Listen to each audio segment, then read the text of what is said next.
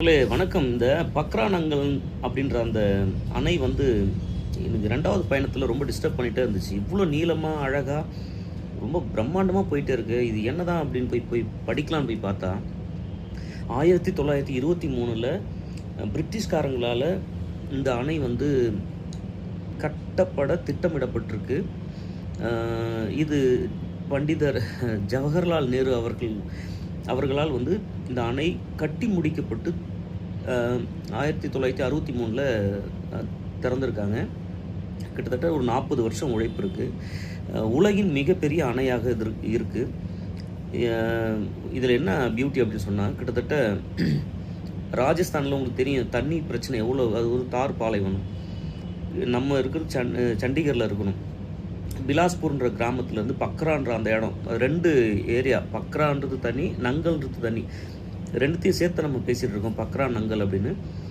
இந்த கிராமங்கள்லேருந்து ராஜஸ்தான் வரை இந்த நீர் போகுது. முக்கியமாக மக்களுக்கு மின்சார தேவைக்கு, விவசாயத்துக்கு பயன்படுது. அதுவும் இது உருவாகிற இடம் வந்து திபெத், சீன எல்லை திபெத். புனித தலங்கள் சொல்கிறாங்க பார்த்தீங்களா, அந்த மானசர், அப்புறம் வந்து இன்னொரு இடம் மறந்து போச்சு எனக்கு. இந்த மாதிரியான இடங்களில் இமயமலையினுடைய மிக முக்கியமான ஒரு நீர் இந்த நீர். பஞ்சாப் அப்படின்னா உங்களுக்கு தெரியும். 5 ஆப்னா நதி, பஞ்ச்னா 5, சட்லஜ், பியாஸ், ராவி, சீனாப், ஜீலம். இந்த 5 நதிகள் இணைந்து தான் சிந்து நதின்ற ஒரு கான்செப்ட் நம்மளுக்கு கிடைக்குது. இப்போ அண்மையில் பாகிஸ்தானுக்கும் நமக்கும் பிரச்சனை ஆகும்போது சிந்து நதியை நம்ம நிறுத்தி வச்சோம் பார்த்தீங்களா.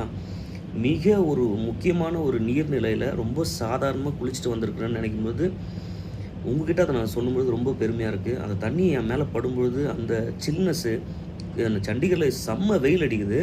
அந்த தண்ணி கிட்டத்தட்ட இமயமலையிலேருந்து அந்த இமாச்சலில் இருக்கிற அதே அந்த அந்த குளிர்ச்சியை இந்த தண்ணியில் எனக்கு கிடைக்கும் பொழுது தான் எனக்கு சந்தேகமாகி, இது என்ன தான் அப்படின்னு போய் தேடி படிக்கும்பொழுது கிட்டத்தட்ட 40 வருஷத்துக்கு மேலே இந்த அணைக்கட்டு, பக்ரா நங்கல் அப்படின்ற அந்த அணை கட்டுவதற்கு திட்டமிடப்பட்டிருக்கு. பல மக்கள் வந்து வெவ்வேறு இடங்களுக்கு அவங்களுடைய இருப்பிடத்தை மாற்றி வச்சுருக்காங்க. கண்டிப்பாக ஒரு பெரிய வளர்ச்சி வரும்பொழுது உள்ளூர் மக்கள் பாதிக்கப்படுவாங்கன்றது எல்லாருக்கும் தெரிஞ்ச விஷயந்தான். ஆனால் இப்போது ராஜஸ்தானில் எங்கேயோ ஒரு தார் பாலைவனத்துக்கு இந்த நதி மின்சாரம், விவசாயத்துக்கு போயிட்டுருக்குல்ல.